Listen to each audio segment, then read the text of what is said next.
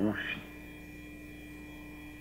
na pessoa de Valéria do Carmo Ramos, que é uma pessoa a quem eu deposito todo o meu agradecimento, entendeu? E através de quem eu cumprimento todas as pessoas aqui. Eu, fundamentalmente, vou usar, vamos dizer assim, como mapa do meu movimento, as teses do 1000 platôs do Deleuze. Eu vou usar as teses do 1000 platôs.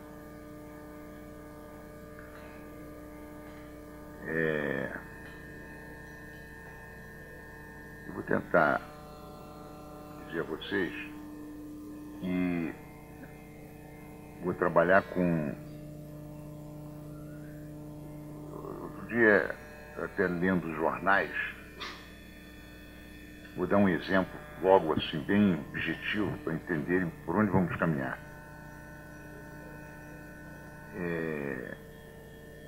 Onde alguns biólogos moleculares comentavam a natureza do corpo humano. Os biólogos diziam: o corpo humano é composto por trilhões de células, trilhões de moléculas, um número imenso. A quantidade de moléculas e células humanas é muito menor do que as células dos parasitas que ocupam o nosso corpo. Isso quer dizer que, do ponto de vista de uma concepção biológica, em vez de você pensar o corpo do homem a partir do homem, dizem esses biólogos, é preciso pensar o homem antes do homem, aquém do homem, além do homem. O homem sendo um episódio circunstancial de forças não humanas. Estamos aqui por uma espécie de concessão das bactérias, concessão dos vírus. Né?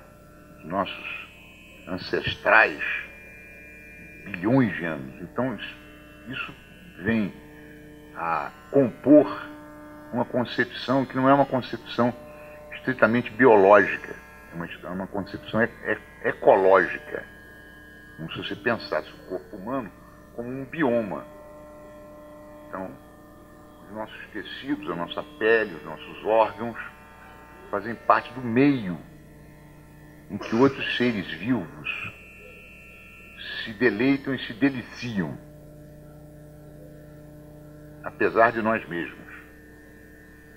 Essa maneira de conceber a vida,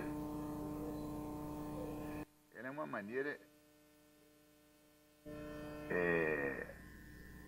através da qual a ideia do homem e da vida humana e da biologia humana, estritíssimo senso, é concebida como algo totalmente secundário, supletivo. Preciso pensar a vida antes de pensar o homem. É como se partíssemos de acontecimentos remotos. É como se concebêssemos o homem num plano evolutivo, num trânsito evolutivo. Aliás, o primeiro conceito que eu posso tirar ali do 1000 platôs é o conceito de ritmo. O 1000 platôs tem uma noção de ritmo muito bela, que é uma noção com alguns empréstimos oferecidos por Bergson. Bergson oferece essa noção de ritmo, porque a noção do ritmo quer dizer exatamente a passagem de um extrato para outro extrato. Se você passasse de estratos, porque na concepção neoevolucionista, você não parte da ideia do mais simples por mais complexo, ou do inferior para o superior. Essa noção, o neoevolucionismo não entende uma população O neoevolucionismo rejeita, por exemplo, a ideia de espécie, a noção de espécie, porque ela é uma noção simplória demais, uma noção estática, uma noção fixa, quase ridícula. A biologia tem um desprezo, a biologia molecular, um desprezo por essa hipótese, né? Eu, por exemplo, com todo respeito a cada um, não me considero da espécie. Por uma razão óbvia,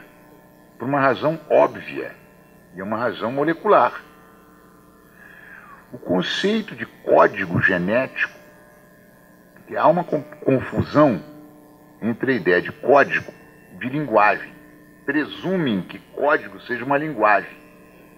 Felizmente, a natureza tem desprezo pela noção da linguagem. Mas ela tem cultivo pela ideia de código. E o código, todo código, e a natureza produz códigos, todo código presume também, ou pressupõe também, uma deriva do código. Ou seja, há um código, mas há uma alteração do código o tempo todo. Então, onde houver código, acontece simultaneamente um tremor no código que faz com que o código seja ao mesmo tempo descodificante. Ele se descodifica. Isso quer dizer que nós estamos em processo de descodificação. Isso nada tem a ver com a linguagem. Isso tem a ver com uma ideia muito mais impregnada numa folha da Terra, que é a folha da vida. A vida presume o código, mas não a linguagem. E ao pensarmos hoje a vida, você não pensa mais a vida em termos de uma constante ou de uma unidade estruturada dos indivíduos. Você parte dos indivíduos como sendo cada um uma deriva do código. Cada um é singular. E essa deriva do código é a própria ideia da genética moderna. Ao aparecer a genética, desaparece a teoria dos órgãos, desaparece a teoria das fisiologias no sentido estratificado da palavra. Surge, portanto, uma noção muito mais bergsoniana e espinosista do que essa ideia estratificada de que o universo se compõe de indivíduos pertencentes à espécie. Aliás, é uma concepção bem metafisicamente muito bem montada, a ideia de que a ideia da biologia de que bem montada porque ela é metafisicamente diferente do conceito da metafísica clássica, que presume que o universo seja feito por estruturas estáticas. E a biologia moderna ela não entende assim. Ela pensa de forma inteiramente distinta. Nós somos apenas populações em deslocamento, em mutação. O conceito de mutação vem vinculado a essa ideia de uma deriva do código. Muito bem. Então, a primeira coisa o primeiro instrumento, e é isso que eu vou tentar dizer nesses poucos minutos que eu vou estar com vocês aqui,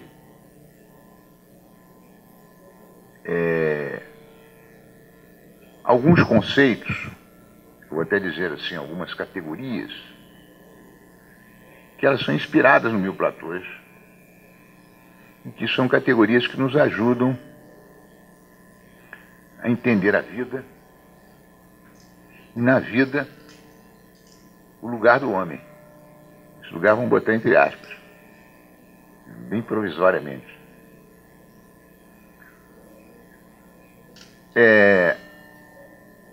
E como eu estava dizendo a vocês no começo, se nós pensarmos um indivíduo como um bioma, mais caluniados, mais retratados, mais desconsiderados, é o caminho do empirismo. E eu devo dizer a vocês que quando as pessoas dizem, eu sou deleuziano, eu falo assim, eu não sou, eu sou empirista. Porque eu não sei qual é o seu Deleuze, se o seu Deleuze não for empirista, não é o meu, tem nada com o seu. E o empirismo, ele é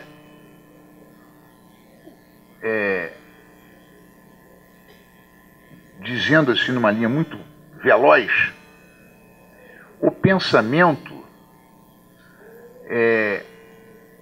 vindo desde fora, ou seja, como se o pensamento ele não é portador de ideias. O pensamento não é que fabrica ideias. Ele vem de movimentos. E movimentos que nunca se encontram onde ele está. São movimentos que são sempre estrangeiros, vamos dizer assim.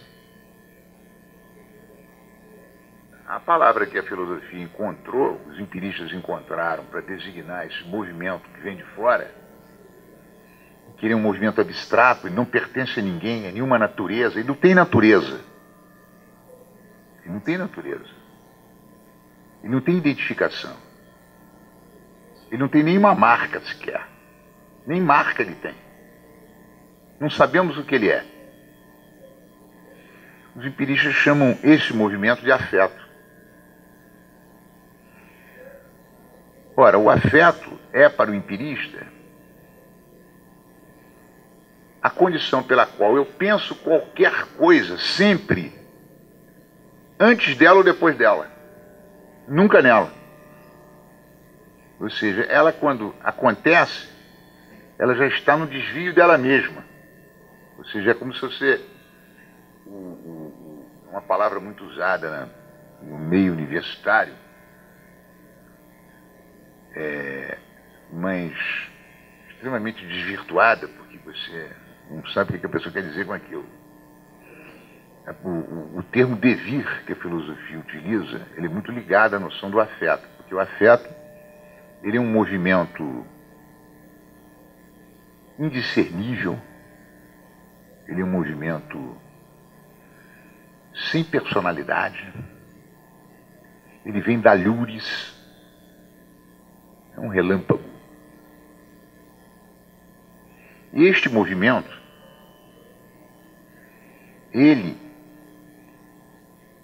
quando ele se exprime em algum acontecimento, esse acontecimento já se encontra desviado do que ele se tornou. O que ele se tornou já é alguma coisa que explicita um desvio dele mesmo. Ou seja, é impossível você encontrá-lo na sua identidade. Ou seja, é impossível você designá-lo e dizê-lo. Dizer, sei de quem se trata, sei da sua identidade, sei o seu nome. Você não sabe o seu nome. Ele está em deriva de código. Está em insistente mutação. Ele está em um grau de velocidade qualquer. Ele está numa intensidade de qualidade qualquer. E é em função dessa estranha qualidade que faz com que você não consiga apreendê-lo, que faz com que você tenha, por bom senso, desistir de compreendê-lo, para poder ir ao encontro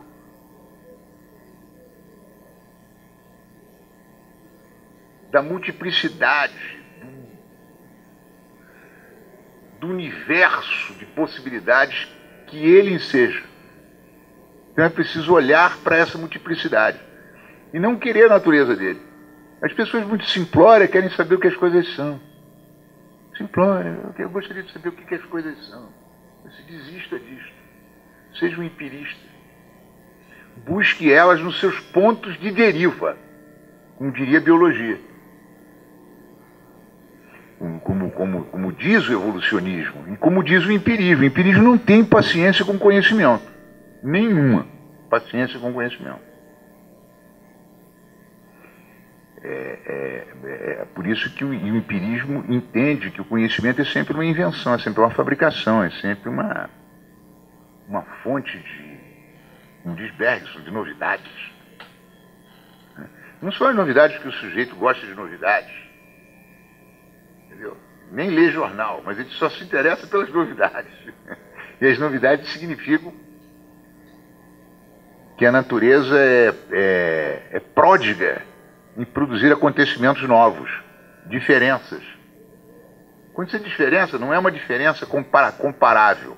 Não é que eu comparo A com B, que isso é estruturalismo. Estruturalismo é pobrinho, ele gosta da identidade e estabelecer a diferença com o outro. Não dá para começar a conversar com o estruturalista. Como diz o Foucault, estruturalistes são les autres. Não é? L'enfer são les autres. Os estruturalistas são os outros. Eu não tenho nada com isso. Mas sou estruturalista, Foucault? Eu não tenho nada com isso. O que é loucura, Foucault? Não sei. Isso é uma pergunta que não se faz a mim. Isso é uma falta de respeito. Eu escrevi a história da loucura exatamente para mostrar que a loucura ela acontece para o século XIX no momento em que a ciência não consegue dizê-la. Aquela história do paranoico que tinha dois grandes modelos, o modelo do paranoico e do maníaco. O paranoico é aquele sujeito, é o presidente Schreiber. É um homem completamente louco, atacado pelo falo do sol, por via anal, grávido, de seres lunáticos, ou seres, como é que diz? Seres celestiais, urânidas, né? O termo grego, né? Os urânidas, dentro do ventre de presidente Schreiber. Isso é um louco. Só que ele administrava uma fortuna dele mesmo. Administrava um tribunal de justiça, do qual ele era o presidente. Louco por quê? Porque ele está grávido de Uranus. Trata-se de um paranoico. Parece louco, mas não é. Eu conheço vários que saem de casa assim, sinal da cruz, sinal da cruz, sinal da cruz, sinal da cruz, mais 3 vezes, completamente doido, mas faz tudo, ganha dinheiro, vai ao banco, paga todo mundo, não sei o que, você olha para a pessoa, você está estragado. E o outro casa logo com Deus. Mas tem um maníaco. O maníaco é aquela pessoa doce, pálida, uma pele macilenta, aquela pessoa que toma chá com elegância,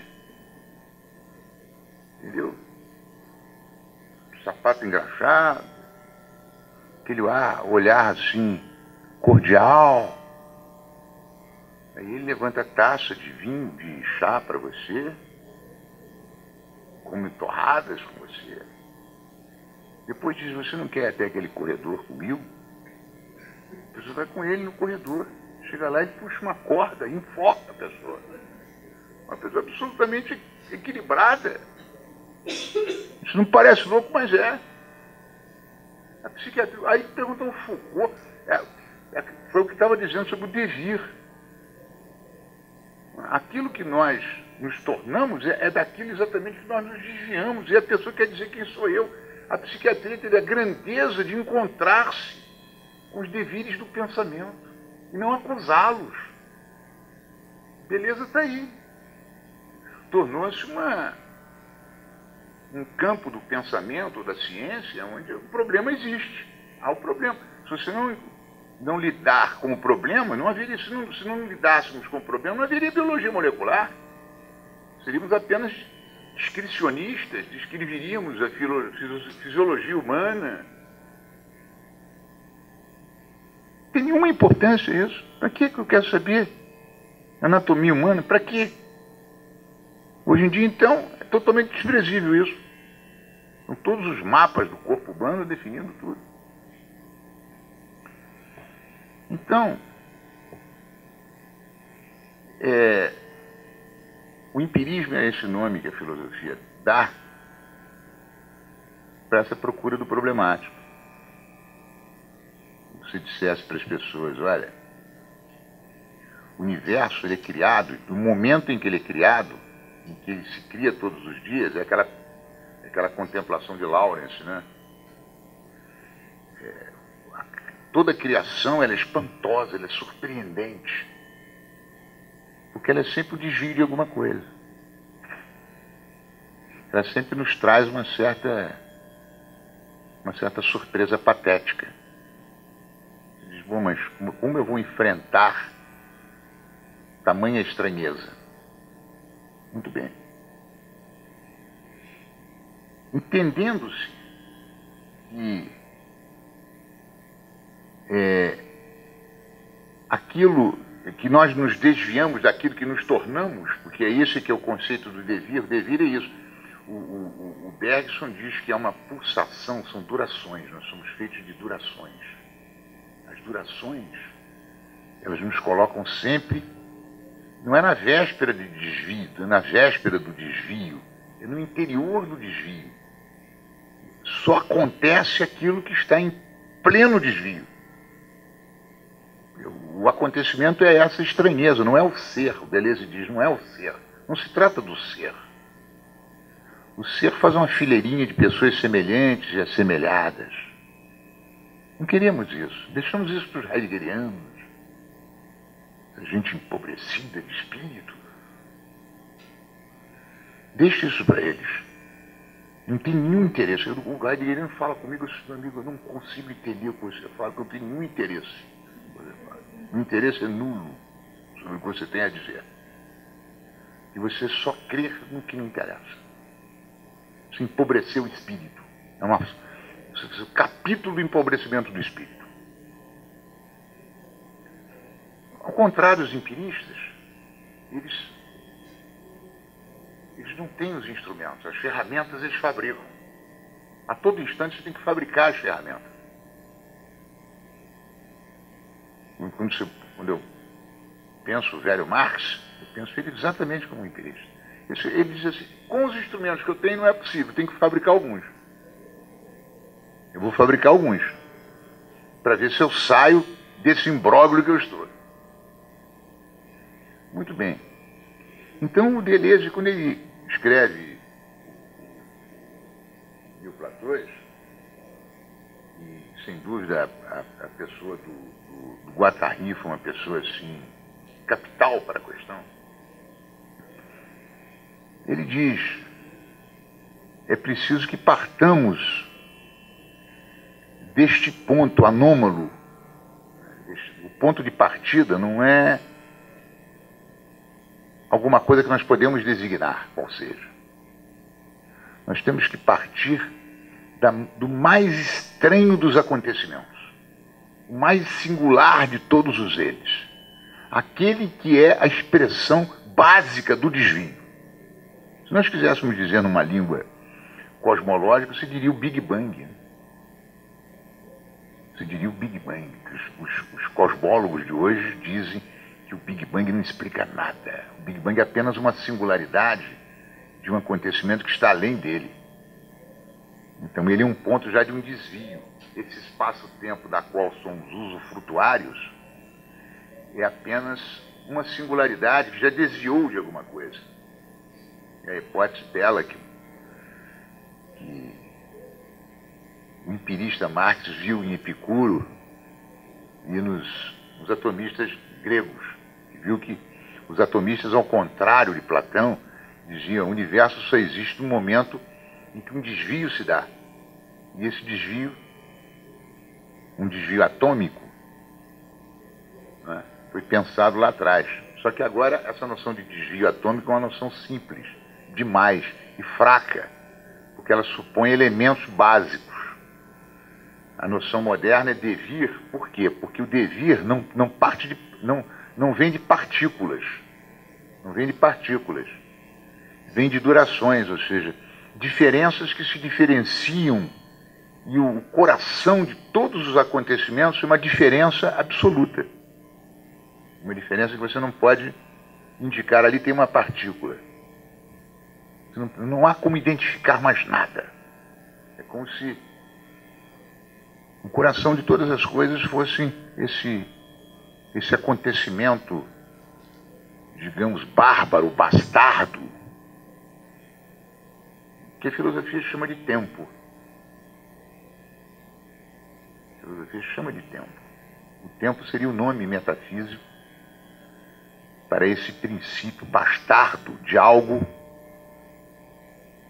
sem filiação, sem linhagem, sem origem, sem finalidade.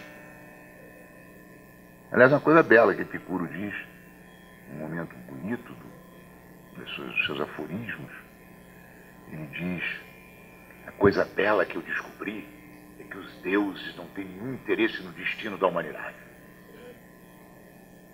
Eu falei, este é Epicuro, né? Você não ia me trair, Epicuro.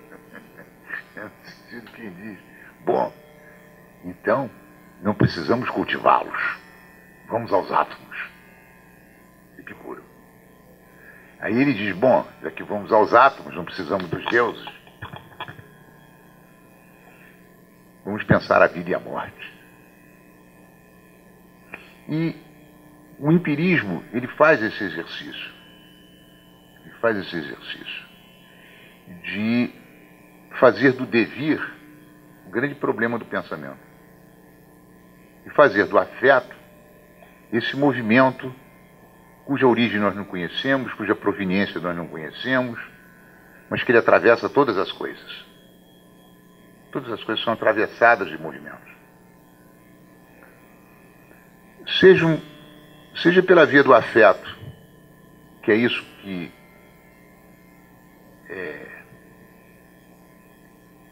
quando acontece, é como se estivesse sempre já no passado, né? O afeto é aquilo que não pode acontecer. O afeto é aquilo que não pode se dar. Se deu um afeto, aquilo já está no passado. Afeto, aliás, é a própria palavra que designa exatamente isso, né? Porque o devir é um conceito de difícil operacionalidade, porque ele só se dá quando a sua natureza já desviou. Então, o sujeito do devir é sempre algo que diferencia daquilo que ele se tornou. Então, há um paradoxo intrínseco na ideia do devir. Por isso que o devir é uma noção, vamos dizer, homóloga por suas relações à ideia do tempo. O tempo é uma noção que substitui,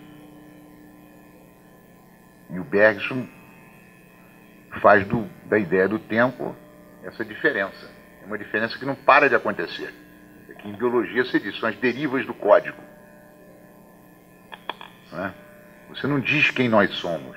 Ao entrarmos aqui, nós já começamos a derivar. Nossos códigos genéticos já começaram, nossas células já começaram a turbilhonar divergências estranhíssimas e imponderáveis para uma inteligência que quer simplificar as coisas como órgãos, etc. Então, o que o Deleuze faz no Mil Platôs? O Mil Platôs, ele tem 2 capítulos. Um deles é aquele que ele chama-se Aquilo que a Terra Pensa que Ela É. Que é um texto bonito, dificílimo, porque ele é um texto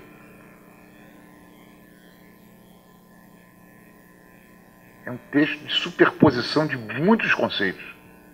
Então, cada conceito ali, Outro dia eu vi um sujeito provando vinho, ele provava o vinho e dizia assim, tem cereja. Aí daqui a pouco ele dizia assim, tem frutas secas. Entendeu? É como se você pudesse pegar um conceito do Deleuze, era como se fosse um provador de vinho. Você diz assim, olha, isso aqui tem uma coisa assim, isso aqui tem uma outra coisa assim, entendeu? Tem muitos elementos no conceito. Então, quando você pega esse livro, esse texto, que a Terra Pensa que Ela É um texto dificílimo, que os conceitos são superpostos. Mas eu vou dizer para vocês assim, de uma maneira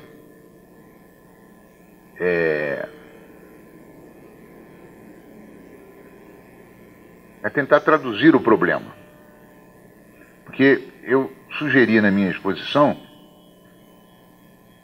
o título da exposição foi, que vemos aqui, foi As Linhas Abstratas do Cérebro, Signos Fora da Língua. Muito bem.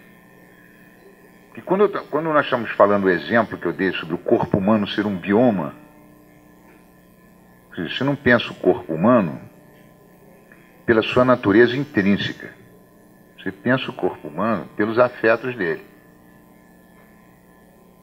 Então é preciso compreender o corpo como um plano, uma folha que realiza uma opção de sínteses, que não estão nele, mas que com ele se compõem.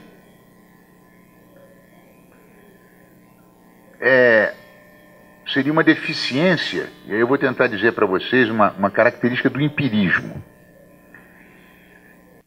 Se partirmos do tempo, se o tempo é uma máquina de produzir as diferenças, e nela vai o pensamento também, e nela vai também a vida e o pensamento vão nessa máquina de produzir diferença. É isso que Nietzsche está dizendo.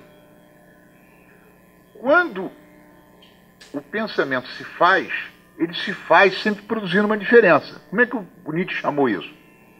Perspectivismo, perspectiva.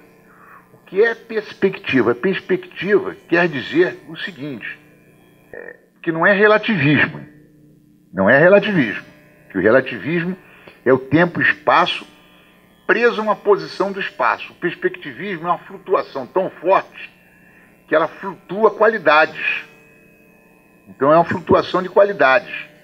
O perspectivismo permite você presumir que um peixe, em face da secura do oceano, tenha se transformado num réptil. O perspectivo não é uma visão de alguém sobre alguma coisa. O perspectivismo, ele está imantado no mundo. Ou seja, o mundo, como ele é atravessado de duração, ele se diferencia. Isso quer dizer que em algum momento, como aqueles peixes transformaram a respiração braquial em respiração pulmonar, essa transformação mudou a perspectiva. O corpo muda, a perspectiva muda também. Isso quer dizer que você já é outra pessoa. A perspectiva não é uma diferença de interpretação, de natureza. Isso que Nietzsche diz. Você para pensar a diferença, tem que mudar a natureza. Não adianta você querer ser bonzinho comigo. Não quer a sua bondade, sua generosidade, não tem interesse nenhum. Você muda. Muda a sua natureza. Ou você cria uma respiração braquial, ou você cria um pulmão. Aí você, se eu criar um pulmão, eu vou para outra perspectiva. Então, o Deleuze, inspirado inspirado é por minha conta aqui para ser rápido. No perspectivismo do Nietzsche, na compreensão de que a Terra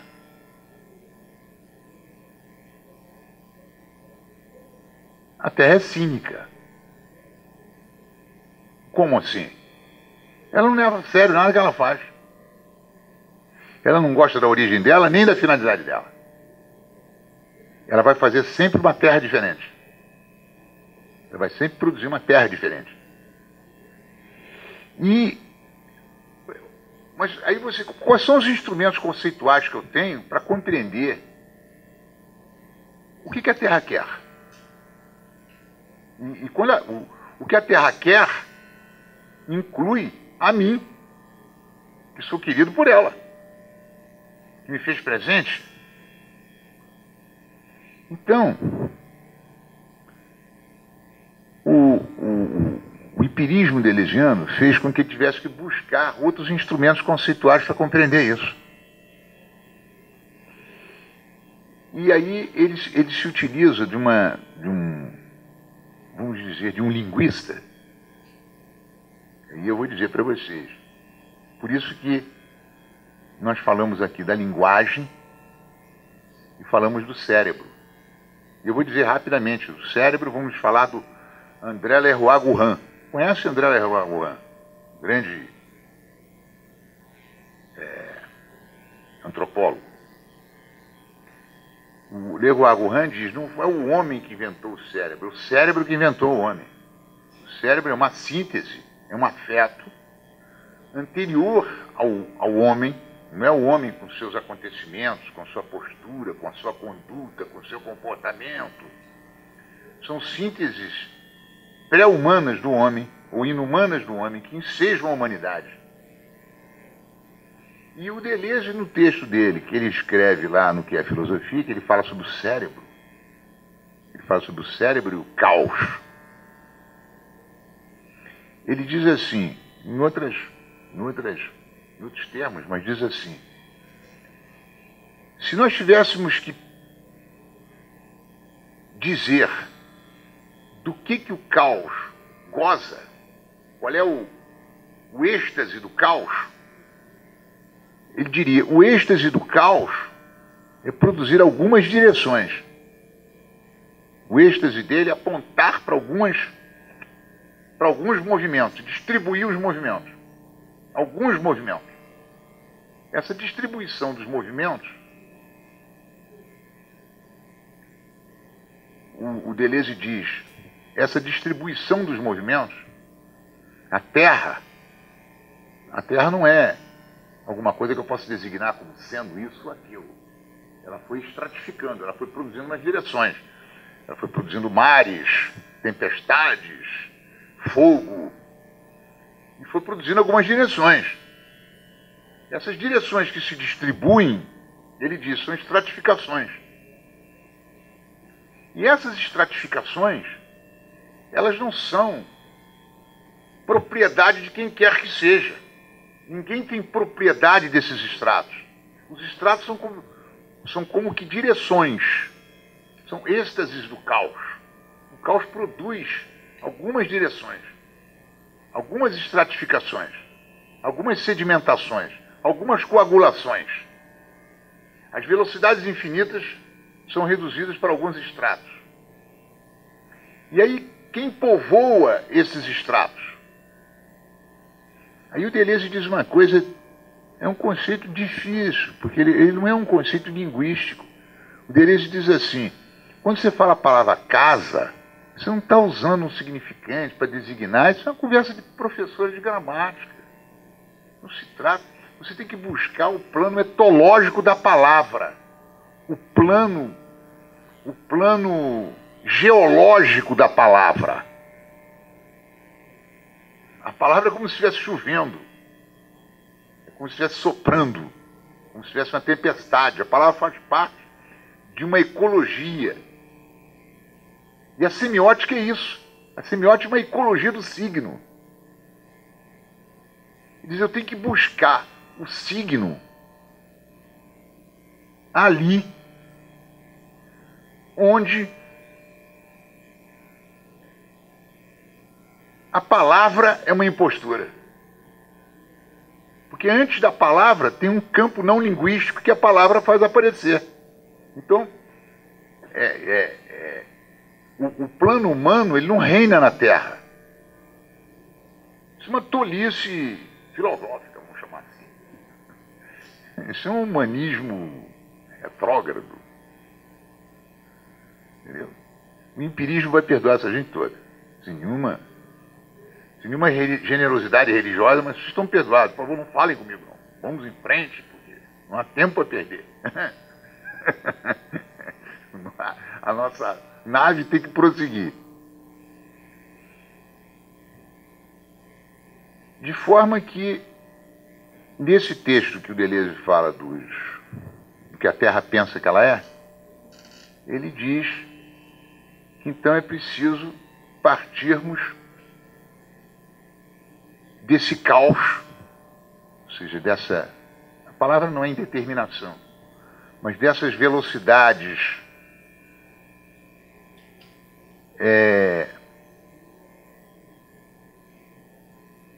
flutuantes,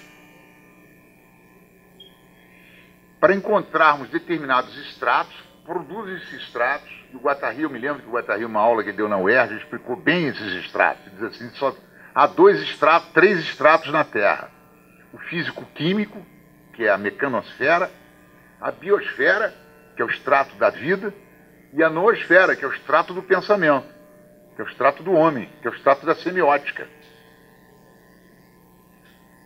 E é lindo que o Deleuze escreveu no Mil Platôs, ali onde a linguagem está no limite. Ele escreveu sobre o ritornelo. O ritornelo é o quê? É o pássaro cantando, é a arte chegando antes do homem chegar. Ah, não vamos esperar a humanidade chegar? Nós somos dinossauros cantantes. Não vamos esperar a humanidade chegar. Então, aparecem os ritornelos. ritornelos fazem parte dessas estratificações. E essas estratificações, elas têm relações umas com as outras. Elas não funcionam assim, apartadamente, não. Elas funcionam no intercâmbio. Elas fazem o que eu volto a dizer para vocês, que falei no começo, elas formam um ritmo. É lindo isso. O ritmo quer dizer como eu passo de um extrato para o outro. Como é que eu encurto os hiatos. Como é que eu encurto os abismos. Como é que eu encadeio, apesar da independência dos estratos, como é que esses estratos se comunicam. Entendeu? Como é que uma bactéria pode se interessar pelo meu estômago, se ela está há 3 bilhões de anos cultivando suas irmãzinhas. Ela chegou até a mim, um pedaço de biscoito. Estranhíssimo isso. Que percurso estranho, que desvios. Compreende? Que movimentos não lineares, espetaculares a Terra fez para fazer aquele encontro comigo. Que ritmo magnífico, que dissonância impressionante. E as pessoas dizem, não, vamos falar da raça humana, do destino humano.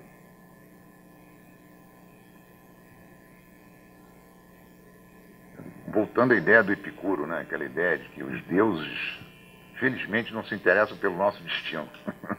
Então sobrou para nós os devires, sobraram para nós os desvios, sobraram para nós os ritmos. E o máximo que nós vamos encontrar, assim como ancoragem para a linguagem, é aquilo que o Deleuze chama de ritornelo, é como você forma uma máquina, um agenciamento territorial. Olha que lindo que ele diz. Isso é de uma beleza absurda. Você não fala para significar para as pessoas. Ninguém fala para que as pessoas outras entendam o que você está dizendo. Não há entendimento entre nós. Não há. Nós estamos em deriva expressiva. Sempre. A comunicação é uma balela, vendida na universidade. E nos meios de comunicação, é claro. E nas estratégias de poder, é claro. Mas o que quer dizer o diagrama na semiótica é que quando eu falo, eu me torno incompreensível. Mas isso não é incomunicabilidade. Isso não é um problema que eu tenho uma incomunicabilidade existencial.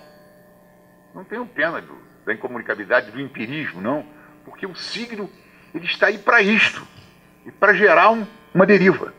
Para gerar um acontecimento. Aí o Deleuze diz, para gerar o quê? Ele diz, um território. A pessoa quando cumprimenta a outra, uma pessoa simplória, você acorda de manhã num hotel, vê uma pessoa e diz, bom dia. Você nunca viu a pessoa falar, bom dia. A pessoa se vê obrigada a responder para você.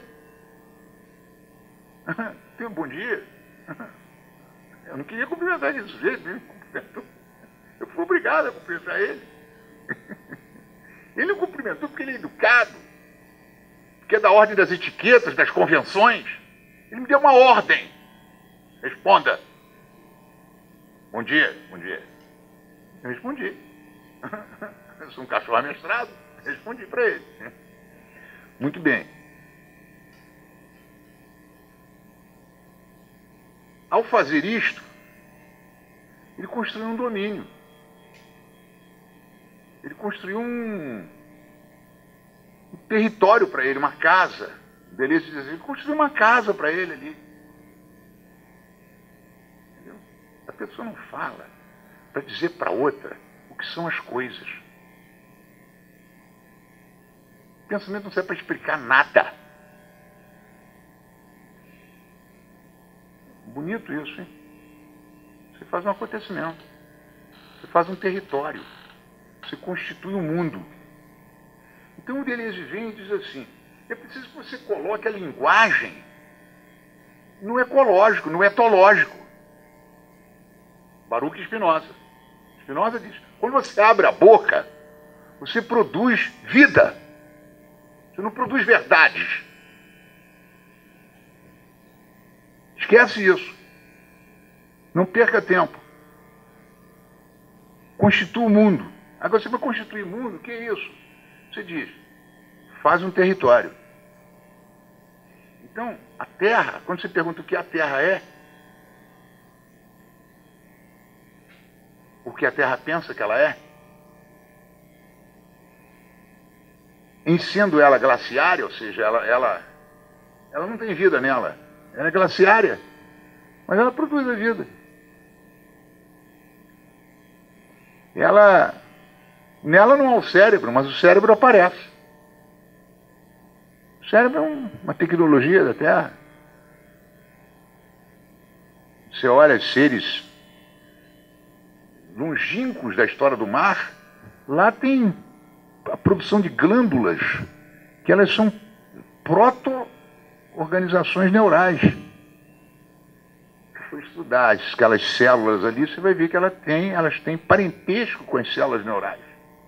E aí os neurologistas, quando fazem os estudos paleontológicos do sistema nervoso, veem que em seres absolutamente simplórios do mar já existem um sistema nervoso ali, imaginado. Muito bem.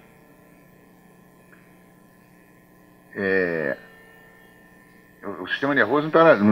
O cérebro nada tem a ver com o crânio, né? O cérebro nada tem a ver com o crânio. O cérebro tem a ver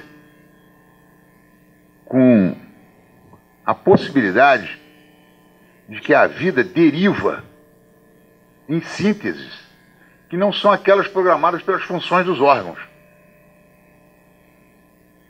Então, é preciso que você saia da ideia de que você possa atribuir funções para você compreender o cérebro como força ou como uma forma em si, tão vazia que ela não tem nada para dizer para você, ela não tem função nenhuma, ela não faz conexão nenhuma, nem faz integrações de nenhuma natureza.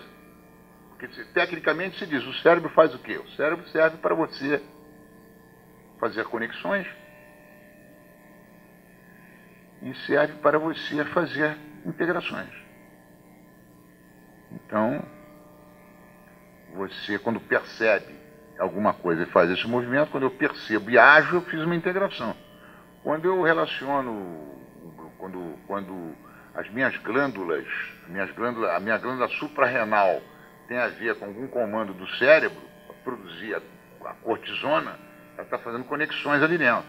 Então o cérebro tem um papel fisiológico, tem um papel biológico estrito, e ao mesmo tempo tem um papel de operar etologias, comportamento, e essa folha da Terra, que é a folha do pensamento.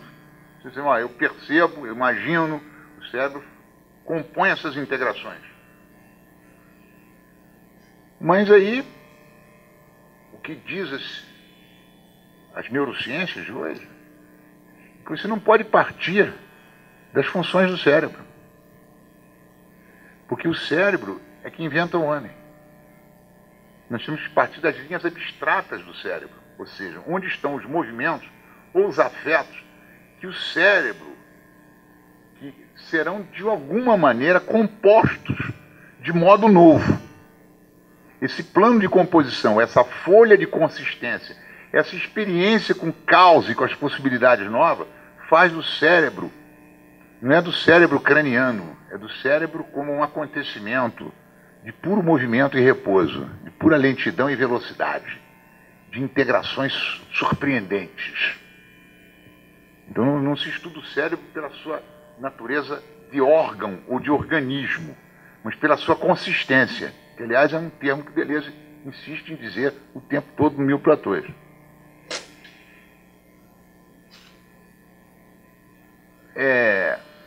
Essas coisas são muito difíceis de falar, sabe? Mas eu como tenho horror de abobrinha, eu prefiro não lidar com as abobrinhas. Então, nesse texto dele, o que a Terra pensa que ela é, ele diz que a Terra funciona como se uma lagosta fosse, porque ela tem dupla pinça. O que ele quer dizer com isso? Isso é a coisa mais bonita do empirismo. É o Helmslave. O Helmslave é como se fosse um apresentador da potência da semiótica. Eu vou apresentar a semiótica para você, porque a semiótica ela é uma teoria dos regimes de signos, ela não é uma teoria da linguagem. A linguagem, ela é o conceito de linguagem é um conceito que você torna o homem passivo ao universo dos signos. Como nós somos um pouco animais, nós podemos nos livrar da linguagem. A força da literatura, a força até comentava, conversando com o Ivan, vinha falando, o povo americano é um povo diferente, porque aquela ideia de Estado-nação nos Estados Unidos é um pouco diferente, porque o americano ele é um povo de minorias. Então você diz assim, americano nascido na Irlanda, entendeu? Americano nascido em Israel, não sei o que, americano nascido... lá só tem minoria, não tem americano. Então não há nação. Não. Há uma reiterada colocação de minorias. Você não precisa falar da minoria, porque lá só tem minoria. Estou falando assim, em tese. Isso faz com que a gente pense que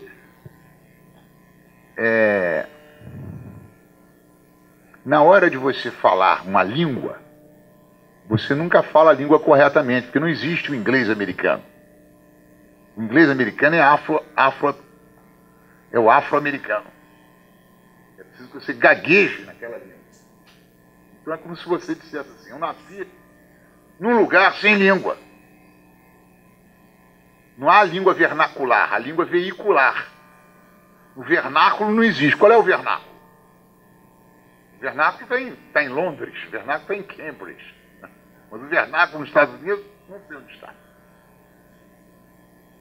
E os literatos americanos, o nomadismo americano, o on the road americano, pensam exatamente nessa coisa. Não vamos salvar ninguém. Não vamos salvar ninguém. Vamos para a estrada. Minoritariamente. Quero ver quem fala a língua dos caminhoneiros. A língua dos afro-americanos. Aqui só tem o minoritário.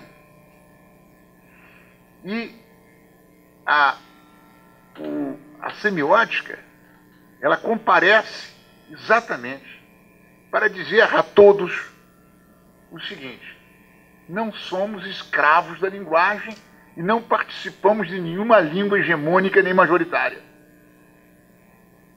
De que se trata, então, quando o senhor fala comigo? Diz a semiótica, diz o Helmslave, você não fala, você inventa. Você territorializa. A territorialização significa que você constitui planos de vida. Você não quer significar nada. Você fala porque você precisa viver. Você respira? Respiro. Você fala? Falo. Para quê? Para territorializar, não é para metaforizar. As metáforas são para os idiotas. As metáforas são para os fracos. As metáforas são para aqueles que creem que a linguagem obedece a um sistema. E eu tenho que usar o sistema. Eu não tenho que usar o sistema, eu tenho que territorializar a minha expressão. Compreende? E quando você diz, eu devo territorializar a minha expressão, quer dizer que quando eu entro na linguagem, eu entro, mas ponho um pé fora. Aí o Deleuze construiu um conceito lindo que ele tirou lá do Helmslave. Ele diz, bom, então nós temos que aprender que antes de existir um sujeito falante, antes de existir um ato de fala, por favor, levante-se. Por favor, sente, entre. Eu prometo a você, atos de fala não são verdades. São movimentos que eu constituo quando digo. É insuficiente. Sim, responde o Ducrot. Mas quando você fala porque as pessoas entendem, é porque existe um código social para as pessoas conversarem com você. Ora, nem o ato individual do Benveniste, nem o ato social do Ducrot. O que então? Agenciamentos coletivos de enunciação. Eu sou uma ratinha. Como é seu nome mesmo? Franz Kafka. Como esta rata é sabida. Ouço vozes, aquele cão late com a voz do demônio.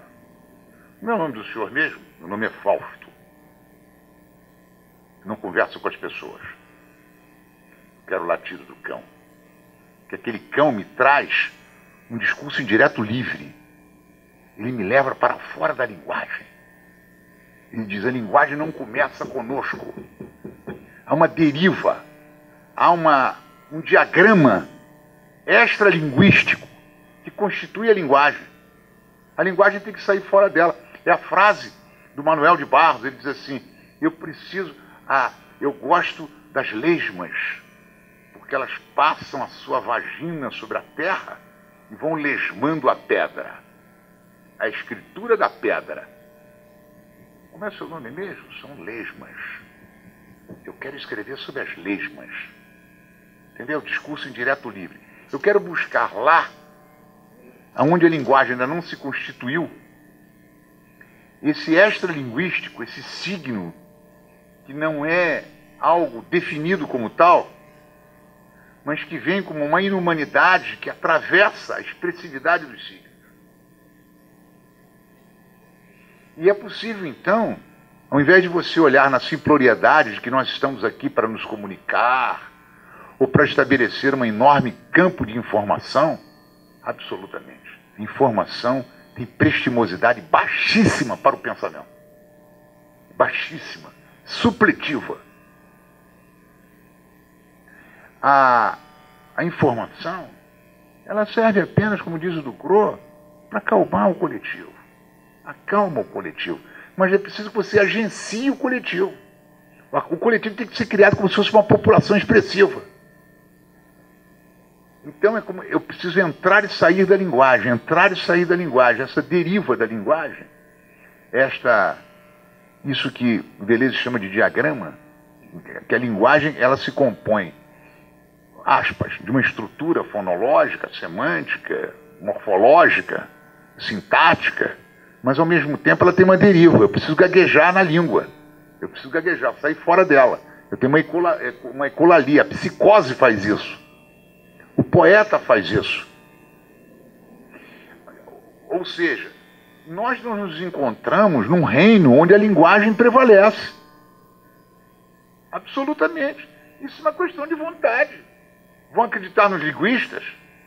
Não, nós somos empiristas, não temos nada com os linguistas. Nós temos com os semióticos. Nós temos com Helmsleb, que diz assim, o que é uma mulher?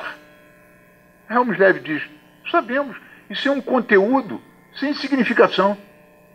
Para eliminar a significação, ele fez uma teoria do conteúdo. O conteúdo muda na duração. E ao mudar na duração, ele muda na expressividade. Muda o conteúdo e muda a expressividade. A dupla mão da lagosta, a dupla pinça da terra, é ter conteúdos e expressões. Ou seja, não tem nada, não tem verdade nenhuma, só conteúdos. Deus tem data de nascimento. Quando surgiu a ideia de Deus? Há 5.000 anos atrás. Viviam sem ele. O monoteísmo talvez tenha vindo para atrapalhar.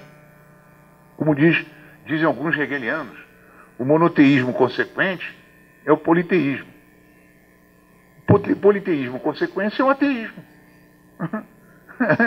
É como se dissesse, bom, diante dessa invenção, desse conteúdo, mas se o senhor me dá um conteúdo, eu lhe dou a duração. Se o senhor me dá um conteúdo, eu lhe dou o devir. Por que suas palavras são cheias de deuses? Eu lhe dou a semiótica, meu caro. Qual o agenciamento que construiu a necessidade de criar um monoteísmo? Aí os historiadores vão lá atrás para rastrear um movimento extra-significante que diz em algum momento se fabricou a ideia da necessidade do monoteísmo. Que construção de poder é essa? Que construção de amor é esta? constituição de soberania é esta? Aguardem 5.000 anos para ver o que vai acontecer. Vamos criar aqui, vamos entregar várias estratégias. Eu vou lhes dar São Paulo, lá na frente eu vou dar Lenin para vocês. É a mesma pessoa com nome diferente. É como se eu daria a você deuses diferentes. Bom, mas ainda assim eu posso me livrar deles. Helmsley diz: os conteúdos não são verdades, não são significações, não são ideias, não são seres. Platão é uma figura abominável, no sentido de que ele prende o pensamento na ideia. Não, você não vai contemplar mais ideia nenhuma. Você só vai contemplar De Vries agora. Sabe como é seu nome? Meu nome é Lautréamont. Eu quero mares incendiando. Eu quero ver o choro das crianças, o amor dos masoquistas. Eu quero ver as tormentas, as tempestades. Eu não quero evangelhos. Eu quero De Vries. Eu quero ver como os afogados, como os náufragos da razão se salvam. É isso que eu quero ver. E isso aí é um movimento belíssimo, porque Helmsley, Deleuze, quando pega o Helmsley e diz assim: olha, eu vou fazer de você a Bíblia. É como se fosse o Helmsley é uma espécie de o fazedor do livro que escreve sobre a Terra. E não há nada escrito. Você escreve sobre quê? Sobre conteúdos e expressões. Mas quais são os conteúdos? São fugidinhos, eles desaparecem como perfumes. Mas não ficou nenhum ser? Não, nenhum ser. Nada. Não restará nada sobre a Terra. Apenas substâncias e formas de conteúdo. E como é que nós vamos ver como as coisas se mostram no mundo? Por formas e substâncias de expressão. Há uma espécie de reciprocidade entre a expressão e o conteúdo. Mas o que os conteúdos querem dizer? Sempre coisas arbitrárias. Há um arbítrio na natureza. Não precisávamos dessa pata dianteira, levantamos do chão. Isso é um arbítrio. Tá certo? Fabricamos um outro corpo, uma outra posição de outras situações, e aí você vem com essa forma vazia que o Helmsley nos oferece, e diz assim: então vamos olhar para a Terra, dizendo, mas o que são os homens? Vocês têm fé neles? Os empiristas dizem: olha, a fé entre nós acabou, restou a crença. In God we trust. A verdade é apenas uma crença. E por ser uma crença, absolutamente inconfiável. Meu nome é Herman Melville. Vou escrever um livro sobre o homem confiável. Confidence Man. O homem com nós confiamos. E ele é absolutamente um prestidigitador, é um mágico. Ele mente para todo mundo. Ele vê pessoas, ele diz as coisas. A trama é linda. Leiam esse livro. É belíssima. Você chega no fim e diz assim: ah, então a questão era crer. Que belo. Chegamos ao final, na conclusão de que o grande narrador da Terra só nos contou indiscernibilidade. Não temos certeza mais de nada. Não podemos confiar em nada, em ninguém, em coisa nenhuma. Isso me entristece? Absolutamente. Absolutamente. Eu não quero homens de fé. Eu quero homens confiáveis. O que é um homem confiável? Aquele que deriva o código. Aquele que cria a vida. Aquele que inventa o pensamento. Que desconfia entendeu? Desconfia da Terra. Que quando ele se exprime para produzir territórios. Aí você pergunta, mas como é que se faz um território? Olha que lindo isso.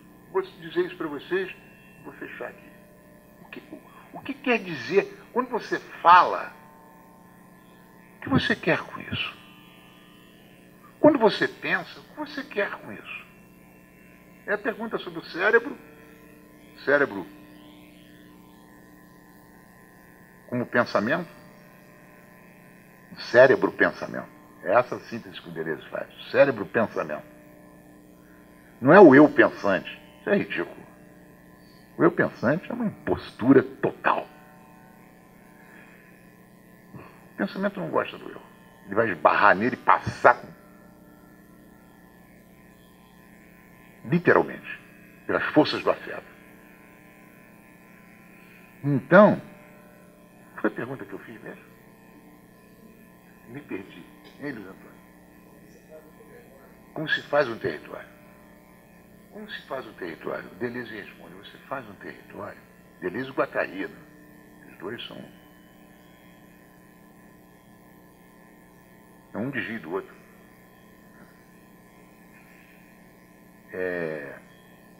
Como se faz um território, ele diz, é preciso que eu descodifique o meio. Ou seja, eu tenho que tirar as coisas do lugar. Eu tenho que tirar os termos dos lugares. Ao tirar os termos dos lugares, eu pego esse lixo todo, construo um contorno. Esse contorno, quando ele se exprime, ele não se exprime para conquistar seguidores. Não é para isso. Por isso que é bonito na filosofia, é belo na filosofia, como alguns filósofos têm desprezo pela ideia deles terem a maioria. Não precisa ter maioria. Eu vou escrever e meu nome, inclusive, vai ser heterônomo. Eu não quero ser reconhecido. Não me siga. Veja o território que eu produzi. Veja o território produzido. É o efeito do território. Como você pergunta, como é que Marx tem que dizer para nós a verdade? Ele produziu um território. Ele produziu um movimento de vida. Ele produziu uma dimensão qualquer. Mas você não produz essa dimensão se você não se dispuser a enfrentar uma reorientação das coisas. Você precisa descodificar as coisas como elas estão dadas para recodificá-las de uma maneira. Então, um código você tem que construir. Porque a ideia do código é exatamente essa, não é como a linguagem. A linguagem é aprisionante, o código é derivante.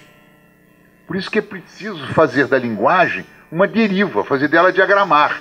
Quando você diagrama, não é gramaticalizar, é diagramar, tirar ela da marca. A casa quer dizer casa, então você diagrama ela. É preciso desfazer o código. E nesse movimento você faz o território. Por isso que não é possível encontrar uma língua atrás da linguagem. Não é possível.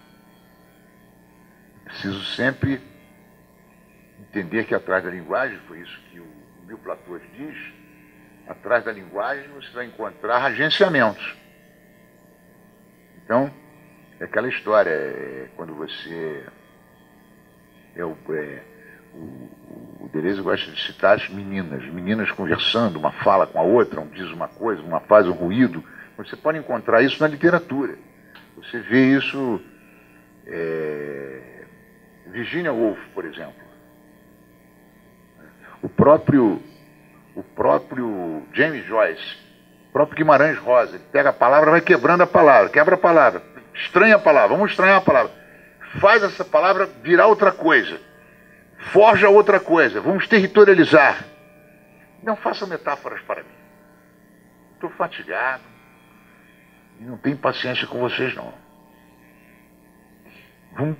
Vamos para dentro da vida.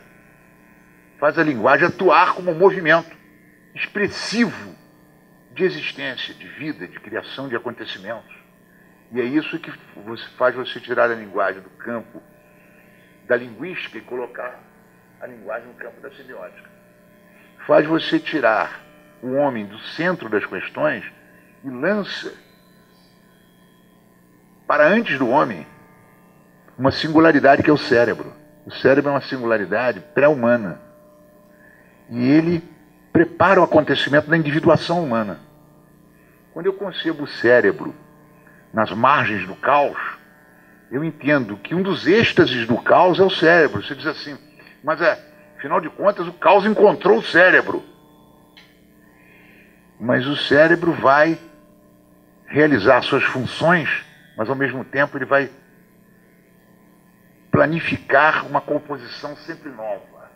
Ele vai buscar movimentos que são absolutamente insuspeitos e desconhecidos. E com aquilo fazer sínteses criativas.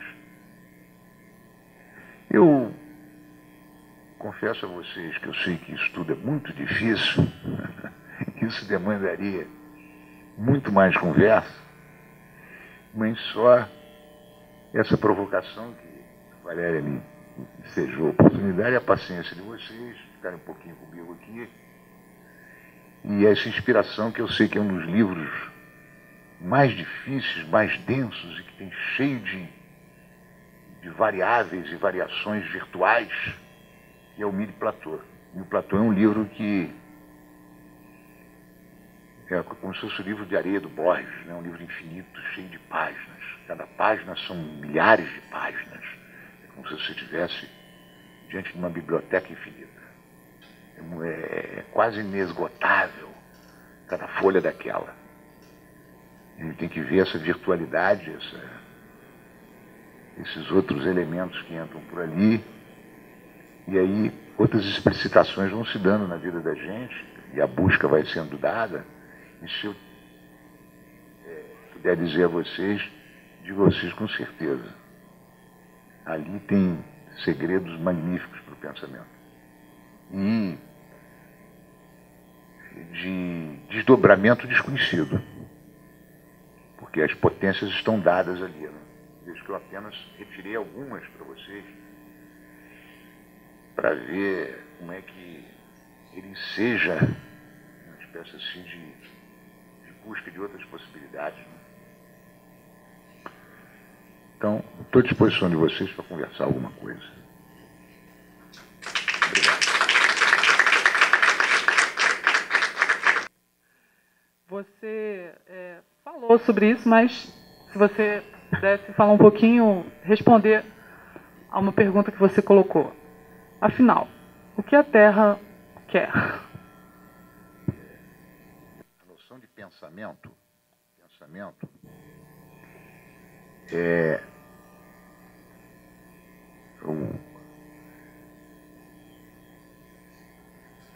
eu não posso nem dizer que pensamento seja um conceito. Eu posso dizer que o pensamento é um platô, é um plano, é um plano da Terra. O pensamento não é o conhecimento. Certamente não é o conhecimento.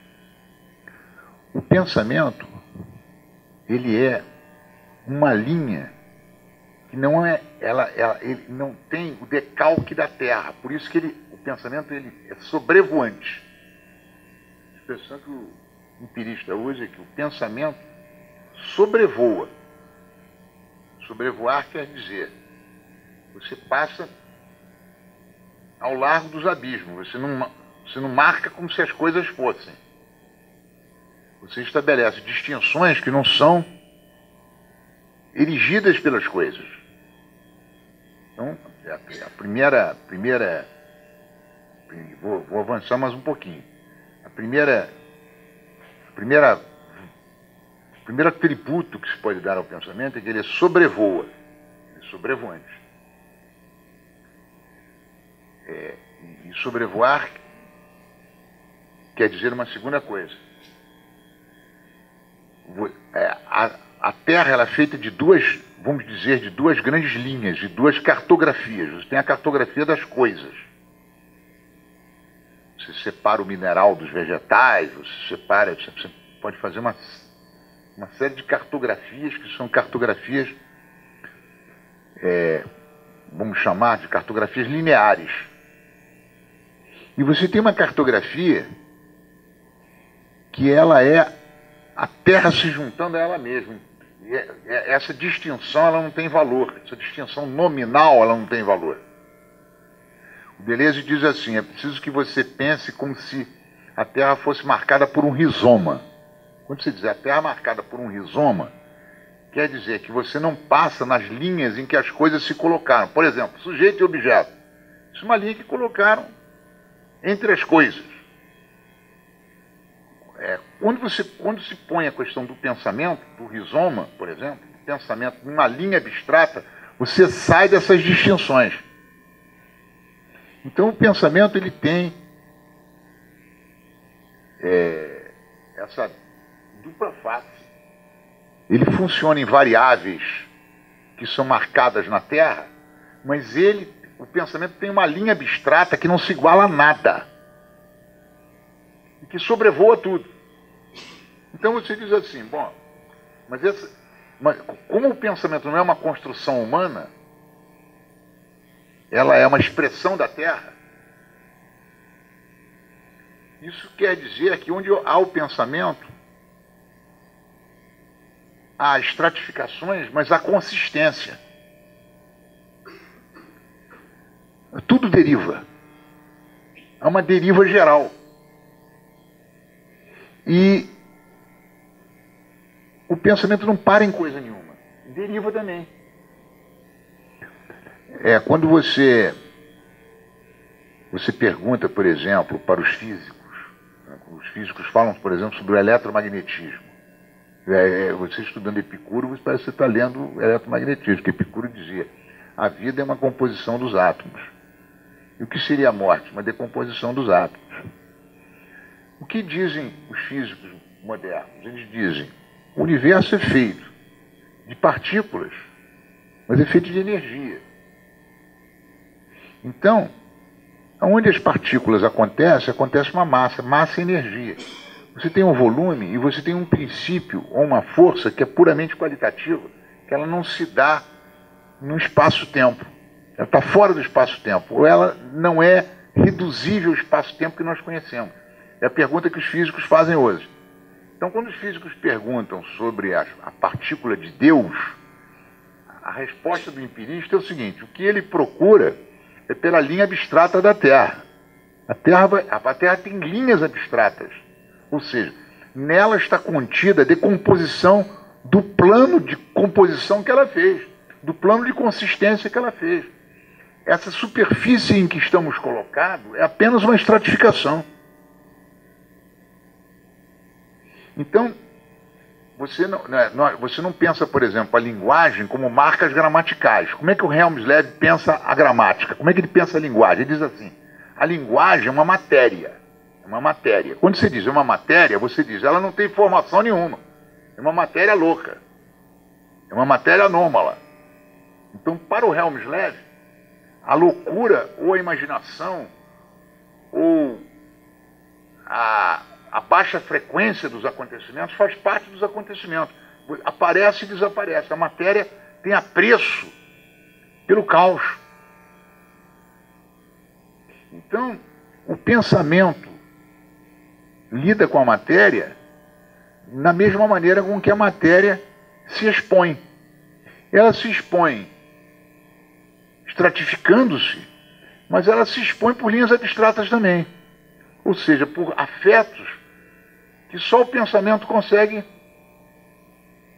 expor, exprimir. Grosso modo, há uma espécie de vocação para aceitar as coisas como elas são dadas e a matéria como ela está estratificada. Só que o pensamento não tem paciência com a estratificação. O pensamento vai pelas linhas abstratas. Então, quando o Deleuze e Guattari colocam a questão do que a Terra pensa, o que a Terra pensa? Ela pensa através de uma matéria que se atualiza, uma matéria que se distribui molarmente, mas ela tem devides moleculares, ela tem linhas abstratas. Então o pensamento precisa sobrevoar as coisas. O Bergson chama isso de virtualidade. Você não olha para... O olhar de um pensador não é para as coisas. Isso é um fofoqueiro. Né? É Pedro Mial. As pessoas ficam olhando as coisas. Entendeu? É o homem do Big Brother, né? Fica olhando. Você olha para as coisas. Não é olhar para as coisas. Você olha para o movimento que está contido ali. E, necessariamente, o movimento mais forte, o movimento mais bastardo, ele é absoluto. E ele é abstrato. E abstrato não é o sentido ordinário da palavra abstrato, que não tem nada a ver com a inteligência. Abstrato quer dizer aquilo que não cabe no que está estratificado. São linhas sempre além do que os seus olhos podem ver. O seu espaço-tempo não serve. O que o cosmólogo faz? Ele vai além do espaço-tempo do Big Bang. É esse o cosmólogo, o Mário Novello, por exemplo. É além do espaço-tempo do Big Bang. Não interessa o espaço-tempo do Big Bang. Esse é um espaço-tempo fatigado. Esse aí nós vamos explicar ele, como é que ele funciona. Mas nós temos que ir atrás do segredo de que a matéria, ela é feita de movimentos indiscerníveis, movimentos paradoxais. Ela não é prisioneira de partículas. Por isso que tem uma coisa bonita. Você, por exemplo, na linguagem, a semiótica faz isso. A semiótica chega a um determinado momento que entre cuspir e falar, entre vomitar e dizer, é a mesma coisa, porque a partícula se confunde com o signo. Antes de você entrar no signo, você tosse. Você é histérico, hein? Compreende? Ou seja, o corpo, ele irrompe no signo. E ele faz o signo virar uma partícula. E essa indiscernibilidade é que faz o ritmo. É o que o Helmsley diz. Então ali está o agenciamento. Você não fala antes de tossir. Eu conheço um menino que tem 3 anos. Ele senta perto de você e começa a contar um porção de coisas, fica olhando, mas ele conta as coisas num momento. Ele vai contando, ele não para de contar. É um ser incrível. Não consigo entender como ele fala tanto. Ele está contando uma coisa para mim. 3 anos de idade. E, na verdade, aquilo tem um rumor. Aquilo tem uma glossolalia, aquilo tem uma ecolalia. Ele tosse no meio, cospe. É uma frequência que é entre a partícula e o signo. Essa passagem da partícula para o signo não tem nada a ver com a linguística. A linguística é gramatical. Aí diz assim, são movimentos agramaticais. Meu amigo, não cansa, né? Me fadiga, eu estou cansado.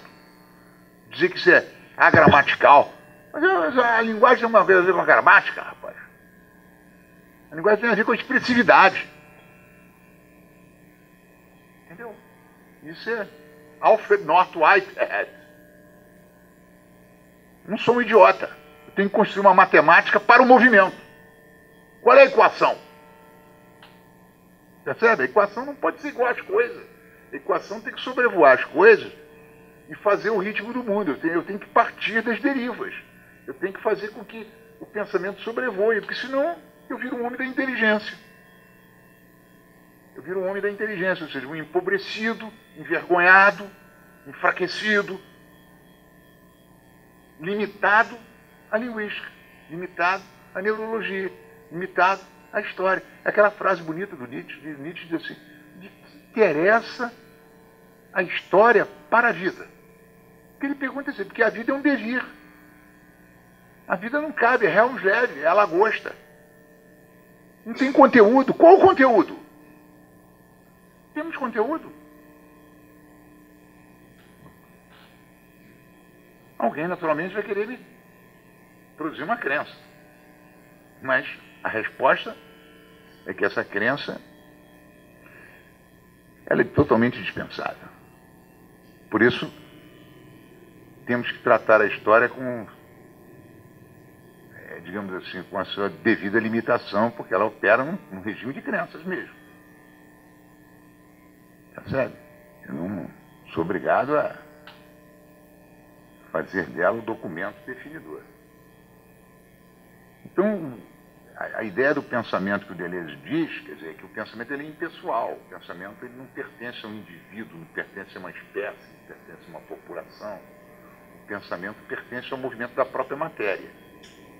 O pensamento acontece como sobrevoo da expressão dessa matéria. O Spinoza diz, o infinito tem duas metades. Uma metade material, uma metade extensível, e uma metade de pensamento.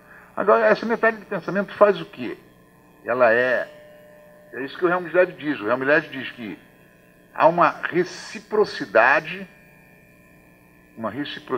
pressuposta. Você não diz que uma coisa diz outra. Porque o pensamento, ao se expressar, ele constrói uma terra nova. A matéria, ele mexe na matéria. A matéria, fazendo funcionamento, ela produz um pensamento diferente. Então não há uma relação de causalidade, mas há uma relação de pressuposição recíproca. Agora, e foi exatamente isso que ele quis colocar. Por que ele colocou o Helmsled no jogo? Porque o Helmsled diz o seguinte: a gente quer fazer o pensamento virar linguagem. A gente quer fazer o pensamento virar subjetividade. Mas nós vamos livrar o pensamento disso. Seja da subjetividade, seja da linguagem. Ele pega o Helmsled e diz: não se trata mais de linguagem, estrito senso, se trata de uma semiótica. Os conteúdos, eles são recíprocos às expressões. E como é que se faz esses conteúdos, essas expressões? Quando se inventaram o antibiótico, se inventou um corpo novo. Imagine o dia que detectarem a proteína do envelhecimento. Para que corpo novo que vai ser fabricado? Proteínas para a pele. Que corpo novo que vai ser inventado? Estratégias vão sendo colocadas. E aí você não tem um conteúdo. Você diz, o homem é isso, a mulher é isso, o saber é aquilo, entendeu? A coisa acontece assim. E é por falta de haver objetos, e por falta de haver sujeitos, que há conteúdos e expressões. E com conteúdos e expressões, eu funciono fora dos homens, em biomas múltiplos. O pensamento, ele é uma névoa que passa por sobre essas coisas. De vez em quando ele pensa e pesca uma coisa que está no plano extensivo da matéria, no plano lento da matéria. E de repente você se desvia desse plano lento e alcança dimensões de velocidade espetaculares. A filosofia tem os afetos todos para isso. A arte tem e a ciência tem também. Você precisa habilitar a ciência a esse gosto, a esse desafio caótico, de pensar fora do sujeito, fora da interpretação, das interpretações, e exatamente esse caráter territorialista que o Deleuze fala, esse caráter do código, que o código é isso, o código ele só acontece porque as coisas se organizam segundo um código, mas onde há a organização do código, há a deterioração dessa organização. Então, todo código tem uma consistência caotizante. Todo código. Não há código que se fixe, estratificando-se soberanamente sobre a Terra. A Terra, ela é desterritorializada. Essa é a frase que diz: a Terra não gosta de extrato, de nenhum extrato. Então um dia ela vai desaparecer com tudo, ela vai varrendo com as tempestades. Por isso que tem um momento que, quando ele fala do Helmsled, ele diz assim, ele diz que as crianças, elas, às vezes de falarem, elas fazem tempestades com a boca. Então, elas falam uma coisa, que a tempestade é como se você estivesse ouvindo a voz de Deus. Que Deus não fala gramaticalmente. Deus fala a língua da terra. Então ele vai da partícula ao signo, do signo à partícula. Ele cospe e exprime. Ele faz ritmos absolutamente exóticos. Tem um campo psicótico na expressividade dele. Então ele vai do corpo para a alma. E qual é a alma? A alma é o cérebro. É a resposta que ele dá. A alma é o cérebro. Por que a alma é o cérebro? Porque é o modelo do cérebro. O cérebro, ele ele é uma função aberta. Ele é uma forma em si, aberta. Ele não está preso a integrações nem a conexões determinadas. Faça isso, faça aquilo. Como o esôfago. O esôfago vai ser sempre a mesma coisa. O esôfago é um pobre diabo. Não é como o cérebro. O cérebro, ele faz conexões exóticas. Ele se dá ao cérebro essa oportunidade de não ser apenas um discernimento. Por isso que as pessoas pensam que pensar é discernir bem, é ter bom senso. É preciso uma certa bastardia para o pensamento e colocar ele nas linhas abstratas. Você põe ele na linha abstrata, você separa o homem do pensamento. E você já tem o pensamento como um acontecimento ecológico, digamos assim, ou etológico, extra-humano ou inumano. Não há condição de eu falar do pensamento sem falar da inumanidade contida no pensamento. Essa inumanidade é recíproca do pensamento, é do pensamento. É um estrangeirismo que é intrínseco ao ato de pensar. Você tem que ser estrangeiro no pensamento. Senão não há pensamento. Há comunicação, a gramática, a linguagem. Entendeu? Não tem agenciamento, não tem territorialidade, não tem vida. Vamos morrer todos agarrados na linguagem. Vai ser um fim de desistentes, renunciantes à vida.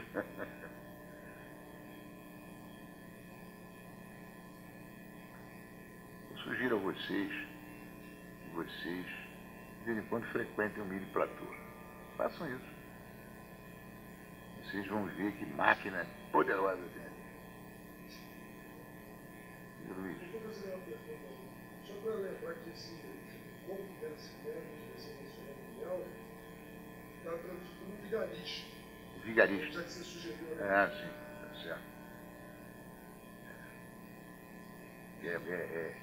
É muito bonito isso, Luiz, porque, de fato, nesse vigarista, ele descaracteriza todas as crenças que a linguagem faz, né? Aquela questão que a esquizoanálise pergunta, não é só uma família edípica.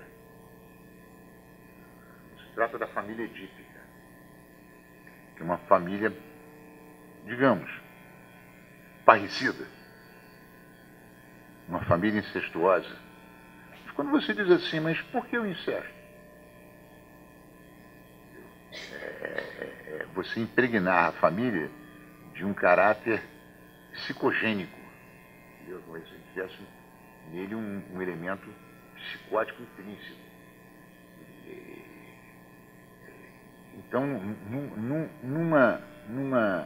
num devir desta ordem, todo o plano do pai, da mãe, do irmão, do incesto desaparece. Há um reenquadramento inocente do movimento.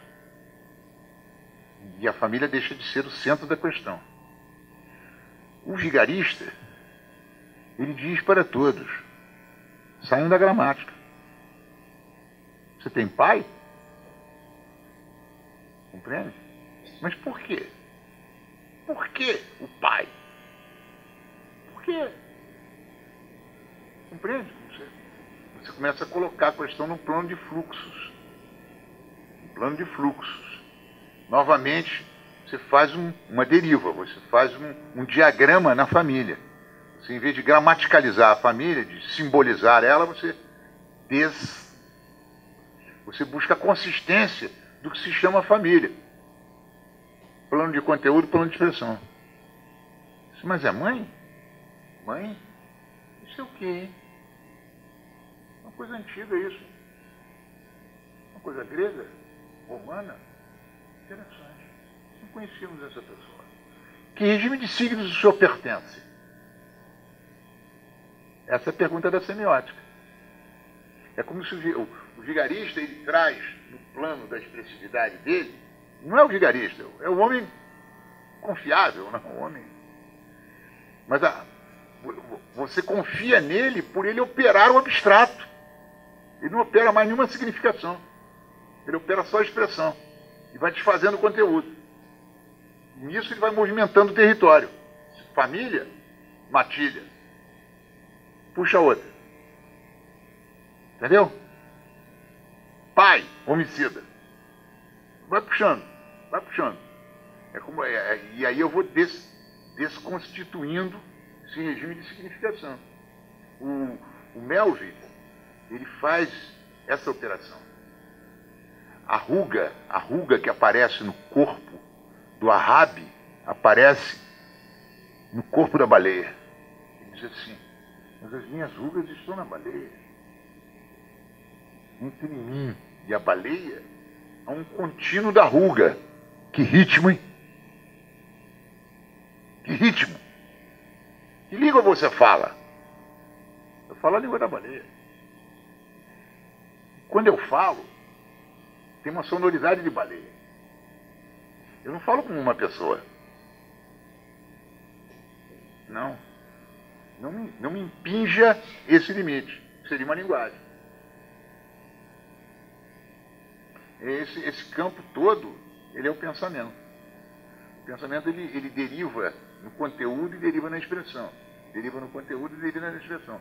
Como não tem nenhuma matéria pronta, não tem nada formado, está tudo se fazendo, e como não tem uma expressão codificada, ela é descodificada, porque os territórios estão sendo feitos, você territorializa de cá, os conteúdos desaparecem de lá, e essa reciprocidade é permanente, o pensamento vai sobrevoando. O pensamento sobrevoa e reconhece. Em algum momento uma síntese foi feita. A matéria foi assim e a expressividade foi aquela. Mas essa expressividade não se apodera do ato da expressão. O pensamento, ele flutua entre o conteúdo e a expressão, ilimitadamente. Isso quer dizer o seguinte, nos é dado o poder de criar. Seja ao nível da matéria, seja ao nível do pensamento. Seja ao nível da matéria, seja ao nível do espírito. É o que a Terra pensa. Apesar daqueles que querem dizer o contrário. Por isso que o empirismo é essa carta de alforria para os bastardos. Você diz, olha, bastardos, está aqui. Não são proletários, entendeu? Não são imigrantes, não são homens de fé, não são homens de crença, não são sábios, entendeu? Não são homens verdadeiros. São quase vigaristas.